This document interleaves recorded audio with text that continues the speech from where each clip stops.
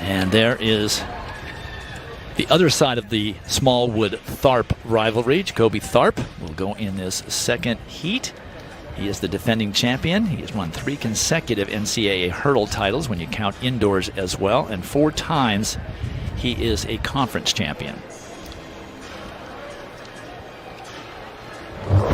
Jacoby Tharp, really special. Look at this resume that he brings.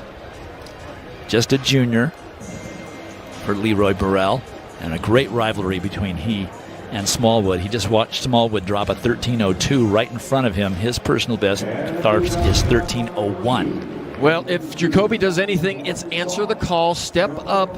He'll see Smallwood run that 13:02 in the heat in front. Watch Jacoby now run a good time as well. But as well as his NCAA Outdoor Championship, he won the USATF Championship, made it onto a World Championship team and made it all the way to the final.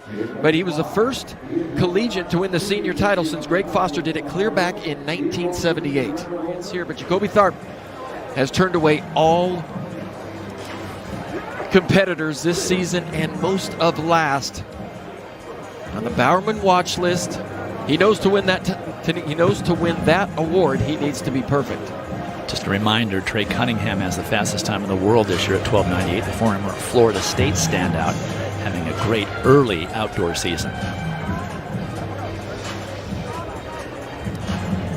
So Tharp in the middle in 5, Snow in 4 on his left, and then DeMario Prince on his right. Top 2 qualifiers, top 2 finishers automatically qualifying.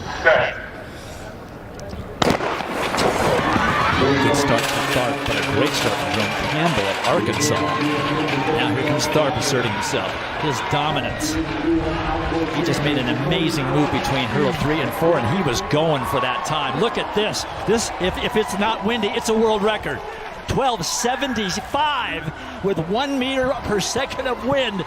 That is insane. He improves his lifetime best by more than a quarter of a second in a semifinal and breaks Aries Merritt's world record.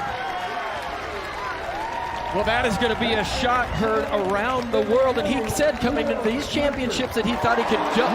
He thought he could go under 13 flat. But conditions have been right tonight. There's hardly any wind out there. But Jacoby Tharp, I think he saw that 13:02 in the heat before, and he just put it all together so fast over the last 3 hurdles. That was not something I was at all prepared for. I knew he was going to run fast.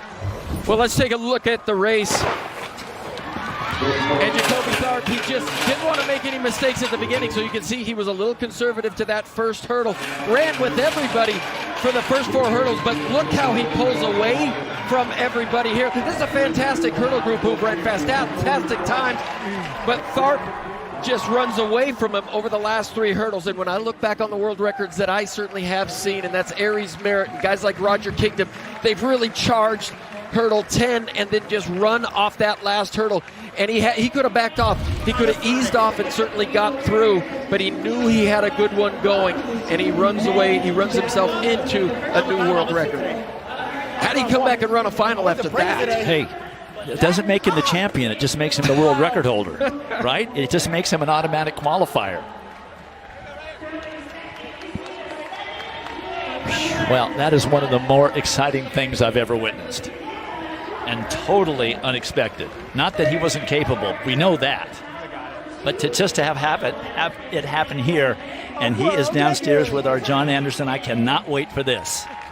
Thank you, Dwight. I am here with, as you said, so far the top qualifier in the hurdle, and the world record holder. Like, that's the kind of stuff you put on your mirror. That's the kind of stuff you dream about. What's it like to come across live and see 12:75? Bro, coach just said execute. My last 3 hurdles were kind of trash. I'm like, okay, I ran 12:98, 12:97, broke the collegiate record. I'm cool, more for tomorrow or next day. 12:75, I have more on my legs. It's I have no words, I'm speechless. Well, I'm going to try to see if we can pry some stuff out of you, because it's one thing to be an NCAA champ. Oh, yeah. The world record holder. No one in the history of the world's run faster than that. I'm speechless. That was not a picture-perfect race. I'm truly at a loss for words. I don't know. I don't know. So what were we thinking we were capable of coming in? I mean, I knew first round I wanted to hit it hard so I could focus really in on the final execution, handle my business. This round was all about getting through, surviving, and advancing. And this is a huge bonus, but I mean, look, it doesn't matter unless I win. So we'll keep going.